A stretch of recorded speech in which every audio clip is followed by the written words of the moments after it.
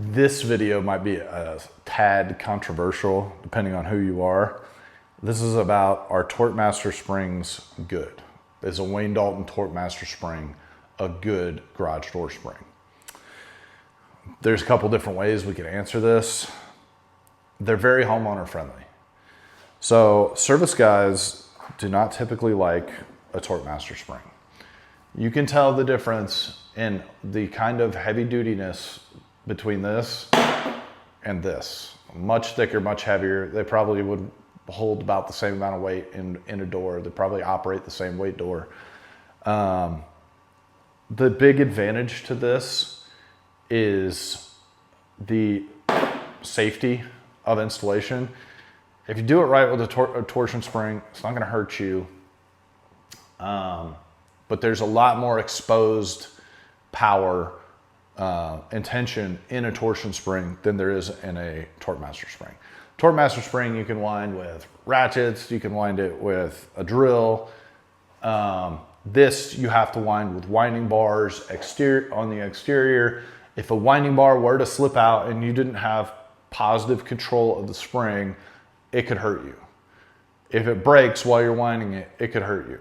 This is enclosed, TorqueMaster spring is enclosed in a steel tube like that. If it breaks, if it comes loose in some way, it's not gonna hurt you. You're shielded by the metal tube.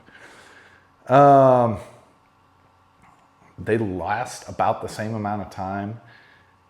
A lot of door guys, builders will use TorqueMaster springs on when they want to save money, which I don't get. TorqueMaster's typically going to be more expensive than if you were to buy a TorqueMaster spring versus a torsion spring.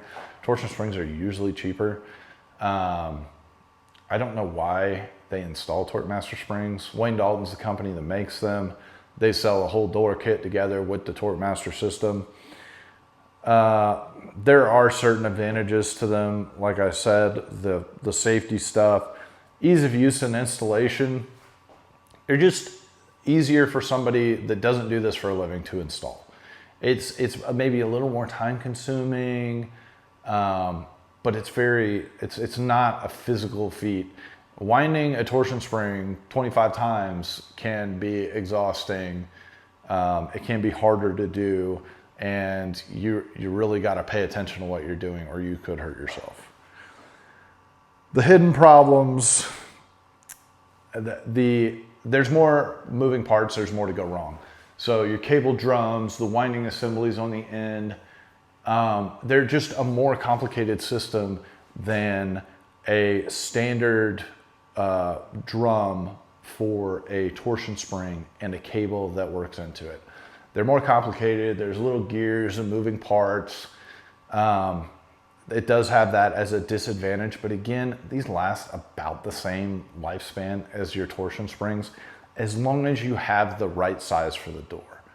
That's a typical problem that you will see is when somebody replaces a TorqueMaster spring, they will get the wrong size. They'll get a size too small or a couple sizes too small. If you overwind it, it will raise the door the same way the proper spring would, but you just put way more stress on that spring, so it's gonna last 2 to 5 years instead of 7 to 10, just like the proper TorqueMaster spring would. It's gonna last about the same amount of time as this. They're not Chinese junk. All this is made in America. It's made from the same sort of steel as the torsion springs are.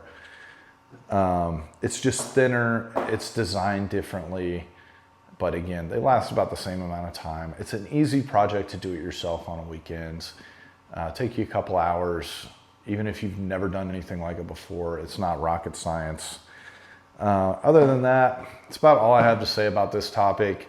It's not hard to change yourself. It's safer than the torsion spring, but maybe it's not as heavy duty and it's a little bit more complicated. Other than that, thanks guys. I appreciate it. If you've got any other questions on this, leave them below.